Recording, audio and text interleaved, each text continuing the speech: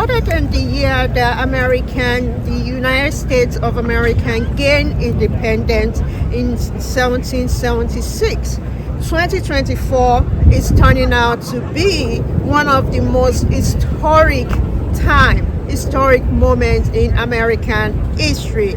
We already have the consequential, unpredictable election that took place earlier this month, and today is just another historic moment at the White House. Right now, President Biden and the former President Donald Trump, who is the president-elect, are meeting in the Oval Office right now. This is the first time that a former president have been re-elected and is meeting with the incumbent in the Oval Office. The two leaders who were opposite, who were both President Biden before he stepped away from as a presidential nominee for the Democratic Party. He stepped away in June.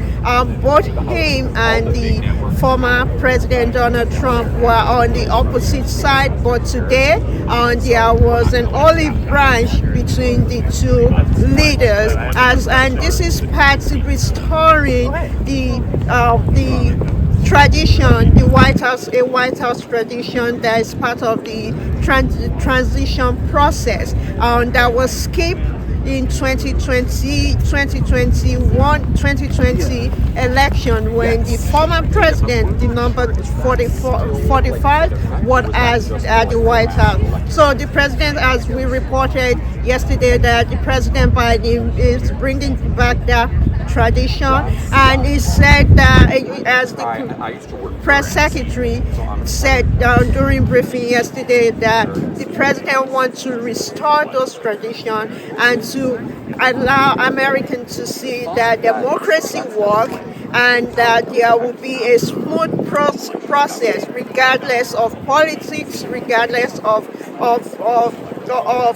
disagreement. There will be a smooth process. We've talked about is that this is very, very important for the rest of the world to see. America is seen around the world as a beacon of democracy. So having this event today is not just for America, it's not just for Americans or for the US, it's also for the rest of the world, that give the world an assurance that, whoever it is that is in office, that this tradition and American leadership in the world will continue. Of course, there's still concern. There are several events that are taking place right now around the world, including COP29, where there is concern among leaders that are attending the event, whether the former president, the president-elect, we once again pull American out of the climate alliance. We also have issues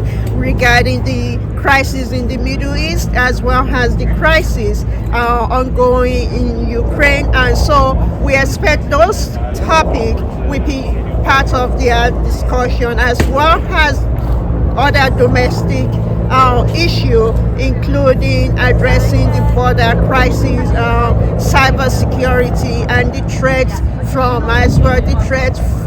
China that the Biden-Harris administration have been addressing. And speaking of Biden-Harris, the Vice President Harris returned to the White House yesterday.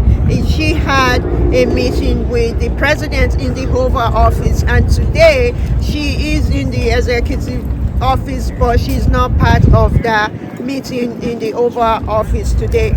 During their meeting, the President Biden, when the former president, the president-elect, arrived at the White House, he arrived through the diplomatic driveway on the south lawn. Right now we're on the north lawn around the Pebble Beach, and as you guys have seen in the past, that the press were all gathered there.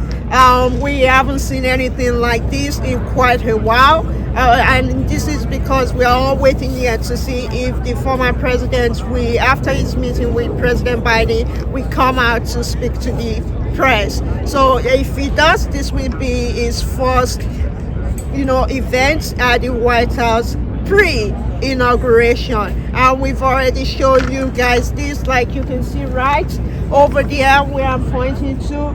You see the construction for the inauguration that is up, going.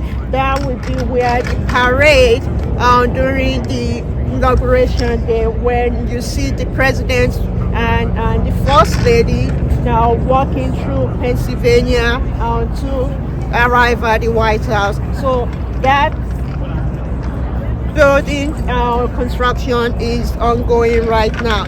And other thing during their, as again back to what I was saying earlier on, during their meeting today, when the president-elect Donald Trump arrived, she was welcomed on the South Lawn by President Biden and First Lady Dr. Jill Biden. And Dr. Jill Biden, we were told, gave him a letter to give to the former First Lady, who will now become the First Lady starting in January, to give to Melania Trump a letter that saying that she and her team are ready to help in any way with the transition as well. Earlier today, President Biden and the First Lady spoke at an event at the White House Classroom to Career event that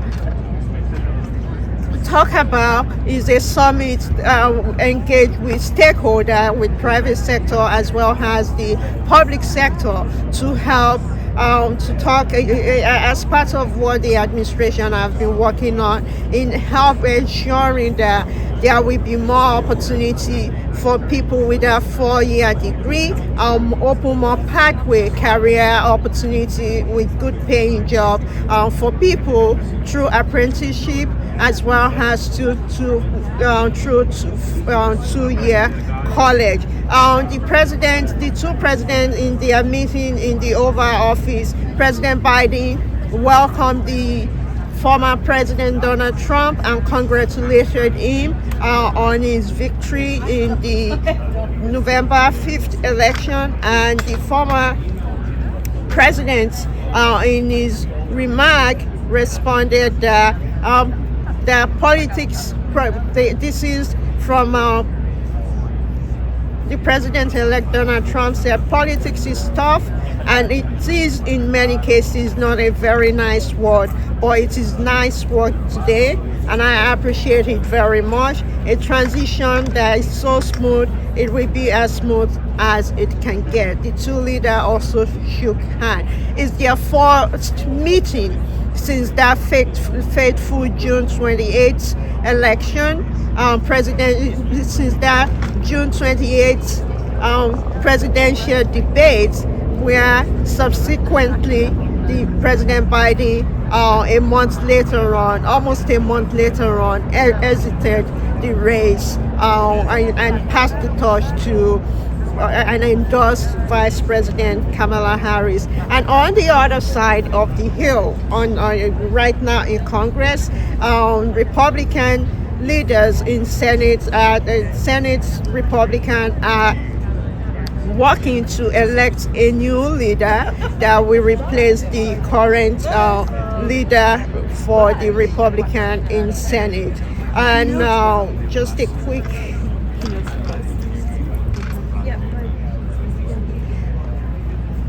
So the former President-elect Donald Trump have already named some people that will be part of his cabinet member. So I'm just going to go through a few that we have. Susie Wills will be his chief of staff, and she will be the first woman to hold that position. Stephen Miller has been named as Deputy Chief of Staff. Mike Watts has been named as National Security Advisor. Bill McGinley has been named as White House Counsel. Tom Homan has been named as the Border Kaza, who will be responsible for dealing with the immigration issue. Ellis, the representative from New York, from Staten Island, Elise Stefani has been named as the U.S. ambassador to the United Nations. Liz Zeglin, another New Yorker, will be the EPA administrator. Marco Rubio, we reported about this, has been named as the Secretary of State. Mike Huckabee will be the ambassador to Israel. Kristi Noem will be Homeland Security Secretary, and John Ratcliffe will be the CIA Director. And lastly, Pete Hegseth has been named as Defense Secretary.